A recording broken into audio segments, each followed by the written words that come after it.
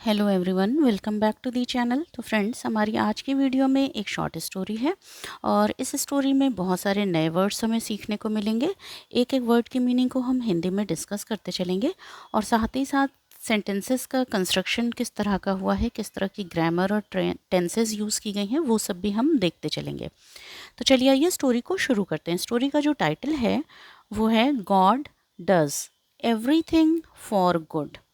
God मतलब भगवान, everything मतलब सब कुछ, करते हैं अच्छे के लिए, है ना। जो यानी कि भगवान जो भी करते हैं सब अच्छे के लिए करते हैं। यहाँ पर देखो गॉड है, उसका डज लगा है, तो डज लगा है तो यहाँ पे डू या डज जब यूज़ होता है तो प्रेजेंट इंडेफिनिट टेंस का अफर्मेटिव का सेंटेंस होता है। ठीक है। There was a large forest. एक क्या था? लार्ज, बड़ा जंगल था। ठीक है। देयर यहाँ पर सेंटेंस की शुरुआत करने के लिए लगी हुई है। एक बड़ा जंगल था। ठीक। A number of trees grew there. A number of मतलब कि वहाँ पर, देयर वहाँ पर क्या है? बहुत सारे पेड़ उगे हुए थे। मतलब बहुत सारे, नंबर में असंख्य, मतलब बहुत सारे पेड़ वहाँ पर उगे हुए थे, यानी कि बहुत सारे पेड़ वहाँ थे। तो यहाँ पे ट्रीज मतलब पेड़, ग्रीव ग्रो होता तो फर्स्ट फॉर्म होती वर्ब की, ये ग्रीव है, वर्ब की सेकंड फॉर्म यूज़ की गई है, पास्ट इंडेफिनिट टेंस यूज़ किया गया है। There were mango, teak, oak, sheesham, neem, banyan and peepal trees. There were यानी कि वहाँ पर जो थे वो कौन कौन से पेड़ थे वहाँ पर? मैंगो आम का पेड़, टीक मतलब सागौन का, ओक शीशम, नीम बरगद और पीपल के पेड़ थे। ठीक। वर यहाँ पर हेल्पिंग वर्ब है। अगर एक पेड़ होता तो वॉज लगता, कई सारे पेड़ हैं तो वर यूज़ किया गया है। Among them there was one tree which had a crooked trunk. उनमें से एक जो ट्री था, एक पेड़ जो था वहाँ पर, एक पेड़ जो था उसका जो था, उसके जो है एक जो उसका जो तना था वो क्या था? टेढ़ा था। एक पेड़ का जो तना था वो टेढ़ा था। यानी कि उनमें से एक पेड़ ऐसा था जिसका जो तना था वो टेढ़ा था। क्रुक्ड मतलब टेढ़ा। ठीक है। ट्रंक मतलब तना। ठीक। हैड यहाँ पर इसलिए लगा है कि पास्ट टेंस की बात हो रही है। पास्ट टेंस में किसी के पोजेशन की, किसी के पास कोई चीज़ होती है तो वो हैड लगा करके हम उसे बताते हैं।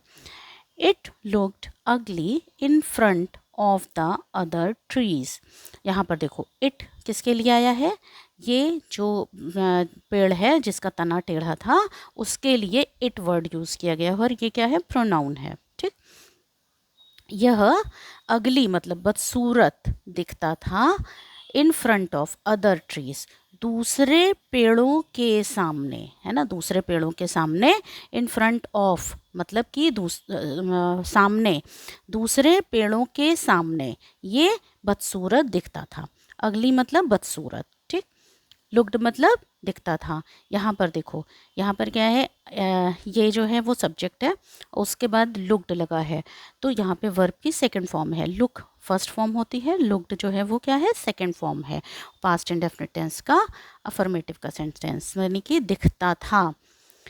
The other trees used to tease him. दूसरे पेड़, अदर ट्रीज दूसरे पेड़ उसे, हिम यहाँ पे किसके लिए आया है? इस वाले बदसूरत पेड़ के लिए आया है। उसे चिढ़ाया करते थे, है ना। उसे क्या करते थे? चिढ़ाया करते थे, उसे चिढ़ाते थे। टू टीज मतलब चिढ़ाना।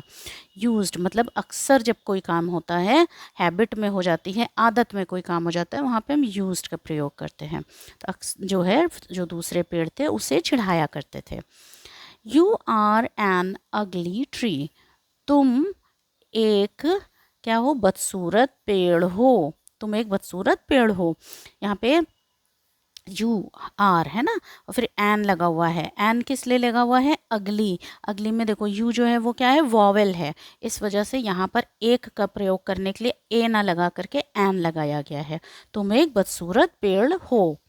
तो ये, और दूसरे पेड़ उसको चिढ़ाया करते थे। The poor tree would think, जो बेचारा पेड़ था वो सोचता था, वो सोचता था। वुड थिंक मतलब सोचता था। Why did God make me अगली, भगवान ने मुझे अगली बदसूरत क्यों बना दिया, भगवान ने मुझे बदसूरत क्यों बना दिया, है ना, मेक।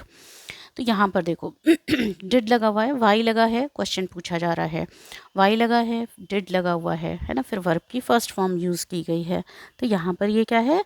पास्ट इंडेफिनिट टेंस का इंटरोगेटिव का सेंटेंस, जिसमें कि क्वेश्चन पूछा जा रहा है, भगवान ने मुझे बदसूरत क्यों बना दिया, या भगवान ने मुझे बदसूरत क्यों बनाया। Why can't I be like the other trees, मैं दूसरे पेड़ों की तरह, मैं दूसरे पेड़ों की तरह क्यों नहीं हो सकता, मैं दूसरे पेड़ों की तरह क्यों नहीं हो सकता। यहाँ देखो कैन लगा हुआ है और फिर नॉट लगा हुआ है हो क्यों नहीं हो सकता, यहाँ पे वाई मतलब क्यों, मैं दूसरे पेड़ों की तरह क्यों नहीं हो सकता। One day a wood cutter came to the forest, एक दिन एक लकड़हारा, वुड मतलब लकड़ी काटने वाला, लकड़हारा फॉरेस्ट जंगल में आया, है ना, फॉरेस्ट में जंगल में आया। यहाँ पर देखो वुड कटर जो है वो सब्जेक्ट है, वर्ब की सेकेंड फॉर्म यूज़ की गई है यहाँ पर, पास्ट इंडेफिनिट टेंस है ना, पास्ट इंडेफिनिट टेंस का अफर्मेटिव का सेंटेंस। टू जो है वो क्या है? प्रीपोजिशन है, ठीक। He saw the crooked and ugly tree and thought, उसने, यहाँ पर ही जो है वो क्या है?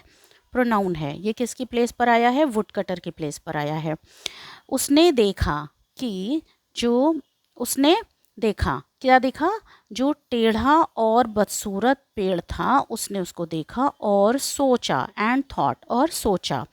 तो यहाँ पर देखो जो क्रुक्ड है और जो अगली है वो क्या है? एडजेक्टिव है ना, ये किसी पेड़ की जो है वो क्या कर रहे हैं? विशेषता बता रहे हैं, और ये एडजेक्टिव है। This crooked tree is of no use for me, यह जो टेढ़ा पेड़ है इसका मेरे लिए, फॉर मी मतलब मेरे लिए, कोई इस्तेमाल नहीं है, इसका मेरे लिए कोई इस्तेमाल नहीं है। इसमें जो है यहाँ पे इसका मतलब क्या है कि इसका जो ये टेढ़ा पेड़ है वो मेरे किसी भी काम का नहीं है, ठीक। I will cut the Trunks of the other straight trees, मैं काट दूंगा, मैं काट दूंगा, आई विल कट, मैं काट दूंगा, क्या चीज़ काट दूंगा? तना, दूसरे पेड़ों का, दूसरे सीधे पेड़ों के तने को मैं काट दूंगा या काटूंगा, ठीक। मैं दूसरे सीधे पेड़ों के तने को काटूंगा। स्ट्रेट मतलब सीधा, है ना, सीधा, स्ट्रेट।